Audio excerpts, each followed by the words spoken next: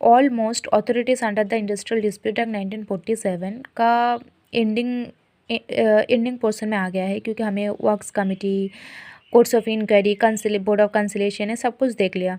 तो आ जाओ section 7 of industrial dispute act 1947 deals with labour code. आज लेबर कोड के बारे में देखते हैं। तो जैसे कि आपको सब पता ही है कि works committee as well as boards of conciliation, courts of inquiry, ये सब को अप्रोप्रिएट गवर्नमेंट ही कंस्टिट्यूट करता है। तो लेबर कोड का भी केस यही है, अप्रोप्रिएट गवर्नमेंट ही कंस्टिट्यूट करता है।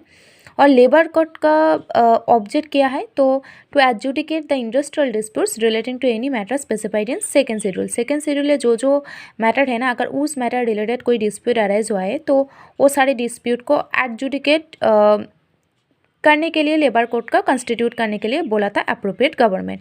अब सेकेंड शेड्यूल में क्या क्या मैटर है, तो बोला है कि अगर कोई डिस्प्यूट अराइज हुआ है in the matter of the property और legality of an order passed by an employ under the standing order, या कोई भी एप्लीकेशन या इंटरप्रिटेशन ऑफ स्टैंडिंग ऑर्डर का रिलेटेड डिस्प्यूट अराइज हुआ है, या डिस्चार्ज और dismissal of workman including reinstatement of और grant of relief to workman wrongfully dismissed, as well as कोई इलीगलिटी और अदरवाइज ऑफ अ स्ट्राइक और लॉकआउट। स्ट्राइक का आप ये चीज़ याद रखना, strike is the weapon of the employee and lockout is the weapon of the employer. तो अगर कोई इसी मामले में अगर कोई डिस्प्यूट अराइज हुआ है तो लेबर कोड के पास अथॉरिटी है टू एडजुडिकेट दैट मैटर, ठीक है। और एक चीज़ याद रखना, थर्ड शेड्यूल में जो मैटर मेंशन है उसे छोड़कर हर एक चीज़ों में अगर डिस्प्यूट अराइज हुआ है तो लेबर कोर्ट का पास अथॉरिटी रहती है टू एडजुडिकेट दैट मैटर। अब लेबर कोर्ट में कौन कौन पर्सन रहती है, तो बोला है labour court shall consist of 1 person only to be appointed by appropriate government. अब लेबर कोर्ट का प्रिसाइडिंग ऑफिसर बनने के लिए क्या क्या क्वालिफिकेशन की ज़रूरत है, तो बोला है कि of course such person is और हैज़ बीन अ जज ऑफ हाई कोर्ट। अगर वो पर्सन हाई कोर्ट का जज थे या थी तो he will be qualified to be appointed as presiding officer. और अगर 3 साल से कम नहीं, अगर डिस्ट्रिक्ट जज या एडिशनल डिस्ट्रिक्ट जज रह चुके तो भी वो क्वालिफाइड होगी।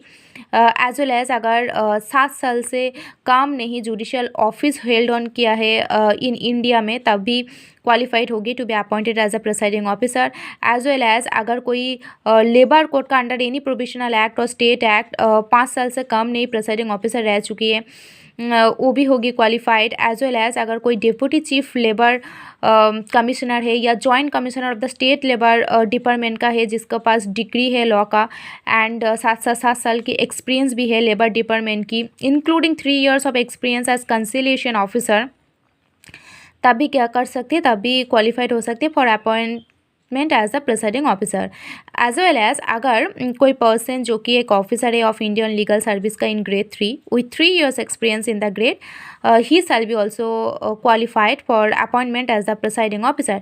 लेकिन ये याद रखना कि जो डिप्टी चीफ लेबर कमिश्नर या जॉइंट लेबर कमिश्नर जो अपॉइंट होना चाहती है एज अ प्रिसाइडिंग ऑफिसर, उससे पहले ना रिज़ाइन करनी होगी फ्रॉम हिज ऑफिस, ठीक है।